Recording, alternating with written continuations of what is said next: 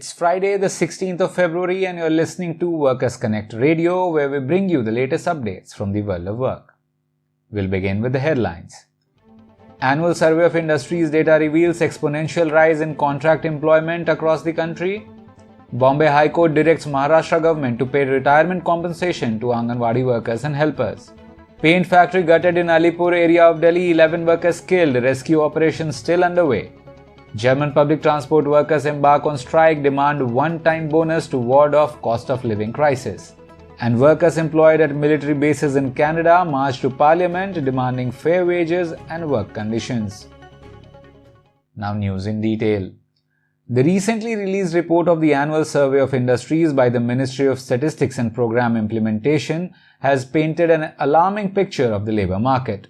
There has been an exponential rise in contractual employment in the country while the expenditure on wages by companies has reduced. The share of contract workers has risen from 36.4% in 2018 to 40.2% in 2022. The share of employers' contribution towards wages of workers has declined to 10.87% in 2022 from 11.07% in 2020. The share of contract workers among total workers in 2022 exceeded the national average in 10 out of 21 major states and union territories. Hearing a plea of Maharashtra Rajya Anganwadi Karmchari Sangh, a federation of unions of Anganwadi workers, the division bench of Justice Nitin Jamdar and M.M. Sathe of the Bombay High Court ordered the state government to pay at least 30% of ex gratia to Anganwadi workers and helpers as per the amount fixed in April 2014 to workers who have retired on or before 1st of April 2022. The government had set up a welfare fund for this purpose in 2005. However, over 6,000 workers remain unpaid till date. The court has now directed the government to disburse the amount within 4 weeks and set the next date of hearing for 5th of March 2024. Fire at an unregistered paint factory in inAlipur area in North Delhi killed 11 workers while 4 others are battling burn injuries at Raja Harishchandra Hospital in Delhi. The bodies are severely burnt and beyond recognition.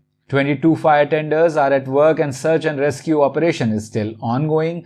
However, the cause of fire is yet to be ascertained. The injured workers have been identified as 42-year-old Jyoti, 34-year-old Mohit Solanki and 35-year-old Delhi Police Constable Karambir, who got injured in rescuing workers. The police have filed a case against the owner of the paint factory under Section 304 of the Indian Penal Code. Moving on to international news, the first one is from Germany, where transport services came to a standstill as over 90,000 public transport workers went on a strike across 80 cities in Germany under the aegis of workers' union Verdi, demanding fair wages and recruitment of new workers to ward off increased workload and stress on transport workers.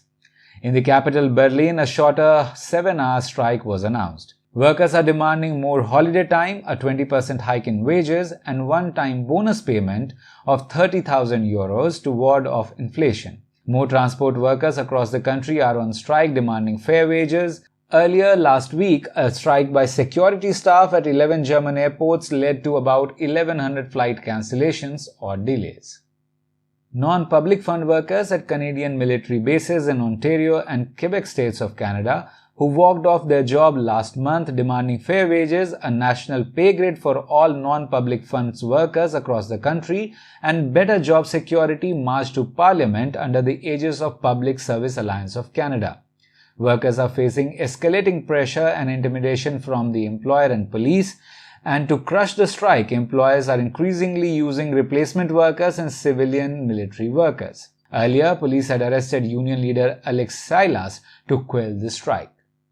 That is all in this bulletin. We'll be back next week with the latest updates from the world of work.